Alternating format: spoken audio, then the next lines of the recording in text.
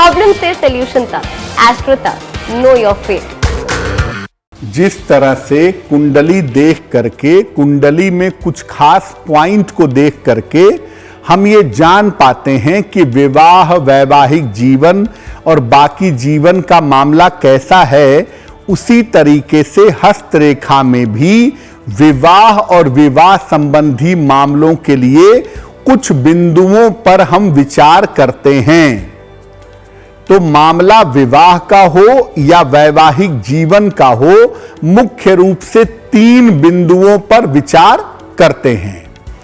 पहला विचार करते हैं, सबसे छोटी जो अंगुली है, कनिष्ठिका अंगुली जो है, उसके नीचे समानांतर जो रेखा होती है उसको विवाह रेखा कहते हैं।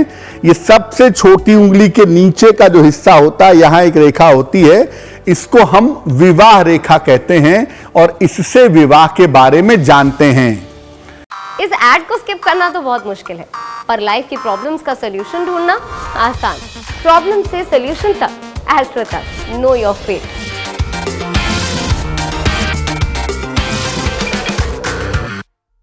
दूसरा विचार करते हैं हाथ में स्थित शुक्र के पर्वत से और चंद्र के पर्वत से। शुक्र का पर्वत अंगूठे के नीचे और चंद्र का पर्वत इस इलाके में होता है। इन दोनों को देखकर दूसरा विचार करते हैं।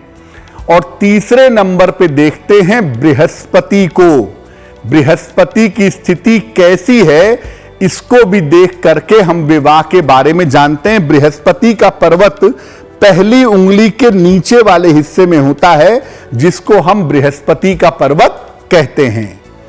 तो विवाह रेखा का स्वरूप, पर्वतों की स्थिति और पर्वतों पे कैसे चिन्ह हैं, इनको देखें अगर हम तो सारी उलझनों को सुलझा सकते हैं।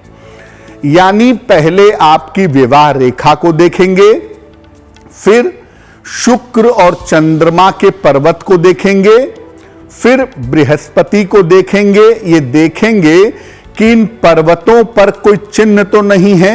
अगर कोई चिन्ह है, तारा है, वर्ग है, आयत है, क्रॉस है, तो उसका मतलब क्या है, इसको समझने का जब हम प्रयास करेंगे तब हम बहुत अच्छी तरह से जान पाएंगे कि विवाह होने की स्थिति क्या है, और ये भी जान पाएंगे कि ये विवाह अपनी इच्छा से होगा या परिवार वालों की सहमति से होगा।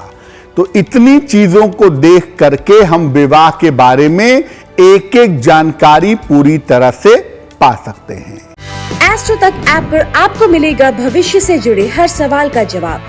डाउनलोड कीजिए एस्ट्रो तक ऐप और चुटकी में जुड़िए इंडिया के बेस्ट एस्ट्रोलॉजर से।